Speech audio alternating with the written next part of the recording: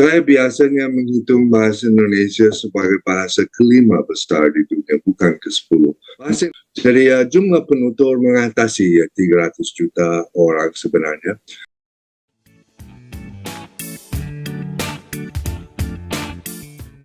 Hai guys, jumpa lagi. Kali ini kita akan memperbincangkan mengenai bahasa Indonesia. Baru-baru ini, kawan-kawan dari Balai Bahasa Papua mengadakan diskusi mengenai BIPA atau Bahasa Indonesia untuk penutur asing. Mereka mengundang Profesor James Collins, ahli bahasa dari Amerika Serikat. Selain memberikan tips cara pengajaran bahasa Indonesia untuk orang asing, Pak James juga menyampaikan perkiraan jumlah penutur bahasa Indonesia. Yuk kita simak videonya ya. Pertanyaan dari Dian Syafitri.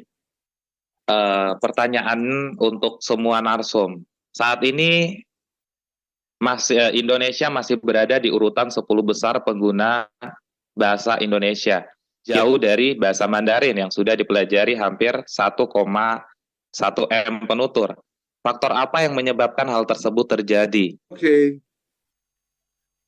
Saya biasanya menghitung bahasa Indonesia sebagai bahasa kelima besar di dunia, bukan ke-10. Bahasa Indonesia bukan saja bahasa yang digunakan di Indonesia, tetapi juga bahasa yang digunakan di Brunei, di Singapura sendiri, hanya mereka lagu kebangsaan mereka dalam bahasa apa. Di Malaysia, di Thailand Selatan, dan beberapa tempat lagi di dunia. Jadi jumlah penutur mengatasi 300 juta orang sebenarnya. Dan apa salahnya 300 juta orang? Itu pun menghitung berapa billion penutur bahasa Mandarin, itu juga belum tentu, kan?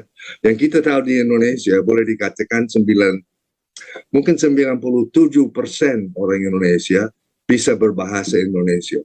Ini berbeda dengan keadaan waktu saya ke Jalan Malioboro pada tahun 69, ya kan? Masih ada orang yang menjual di pinggir Jalan Malioboro yang bahasa Indonesia tidak fasih. Itu sekarang mana mungkin, kan? Itu sekarang mana mungkin. Apalagi pendidikan sudah meluas di Indonesia sekarang. So, pertanyaannya kenapa banyak penutur bahasa Mandarin? Karena negaranya besar dan padat penduduknya dari ribuan tahun yang lalu.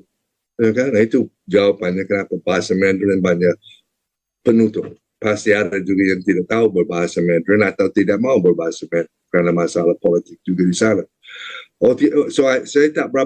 Saya tidak terlalu mengerti pertanyaannya. Apa menyebabkan Indonesia tidak ada lebih dari 300 ke 350 juta penutur? Ya, itu pun menurut pendapat saya itu mungkin urutan yang kelima, bukan yang ke-10.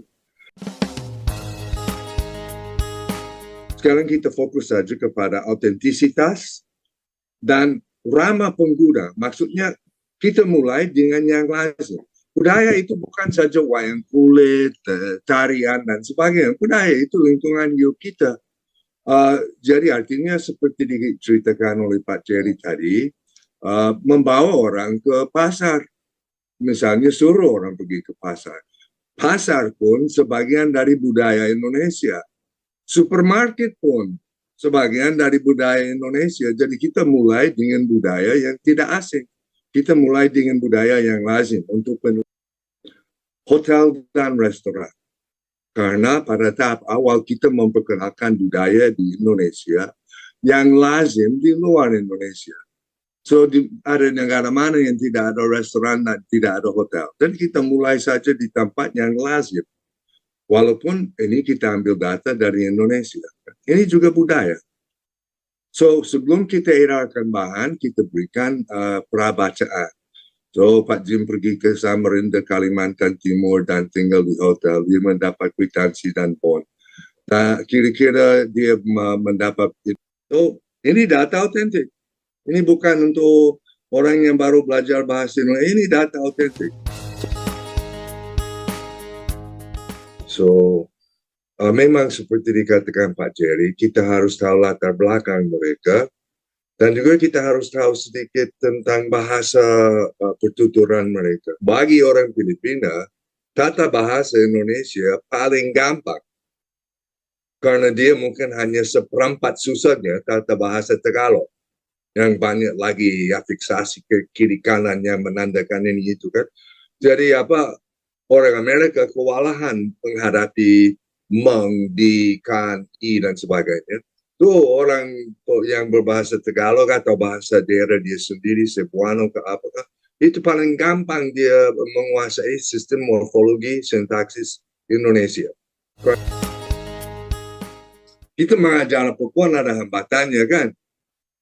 Jadi dalam kasus ini kita mengatasi hambatan dengan strategi pengajaran. Misalnya, mulai hari pertama biar di Illinois atau di Hawaii tidak boleh berbahasa Inggris. Dari hari pertama bahasa Indonesia saja. Semua dalam bahasa Indonesia saja. Ya kan? Dan kan kita budaya kan. Jadi kan mereka kata ini mungkin guru bahasa Indonesia, asisten, dia akan memperkenalkan saya. Ini Pak Jim. Terus ini Mbak Suzy, umpamanya. Jadi mereka tahu. Dan mereka ini Pak, Mbak, biar mereka belajar kemudian kan. Tapi at least mereka bisa menyapa. Ya? Dan kita orang, oke, nama siapa? Nama. Tom. Ini Mas Tom. Ini Mbak Linda. Oke. So itu dari hari pertama kita hanya berbahasa Indonesia. Dan hari pertama kita sudah ajar budaya. Bagaimana kita menyapa orang lain. At least di Pulau Jawa. Ya kan? Kalau panggil Mas Tom pelayan minuman di Makassar mungkin dimarahi, tidak mau jadi Mas di sana kan, apalagi mungkin di Jayapura atau Biak kan. Begitulah guys tips pengajaran BIPA yang diberikan oleh Pak James. Nah, beberapa tahun lalu Pak James juga pernah memberikan kuliah di Universitas Indonesia. Beliau mengatakan bahwa nama bahasa itu bukan masalah linguistik tapi masalah politik. Jadi sebuah bahasa mau dinamakan apa, itu bergantung masyarakat dan negara masing-masing. Yuk kita simak videonya ya. Kenapa bilang bahasa Belanda itu bahasa sedangkan itu cuma dialek Jerman saja? Dan saya rasa penilaian orang Belanda kan. So, ya, kami di bidang linguistik saya dari ahli linguistik kemarin juga dalam bidang kami hanya merekonstruksikan pohon kekerabatan. Ya, ini lebih dekat dengan ini, di sini lebih jauh. Ini kan ada pohon-pohon kan? Ini dekat, ini jauh.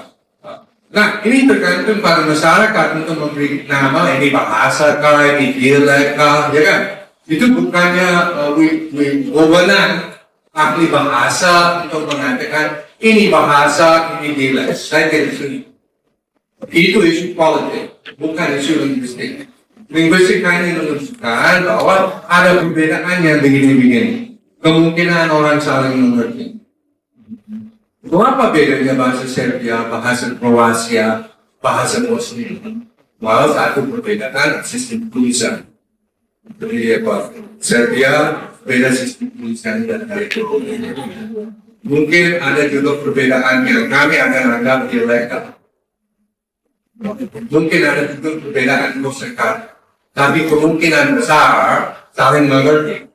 Tapi semuanya namanya bahasa Serbia, bahasa Bosnia, bahasa Kroasia.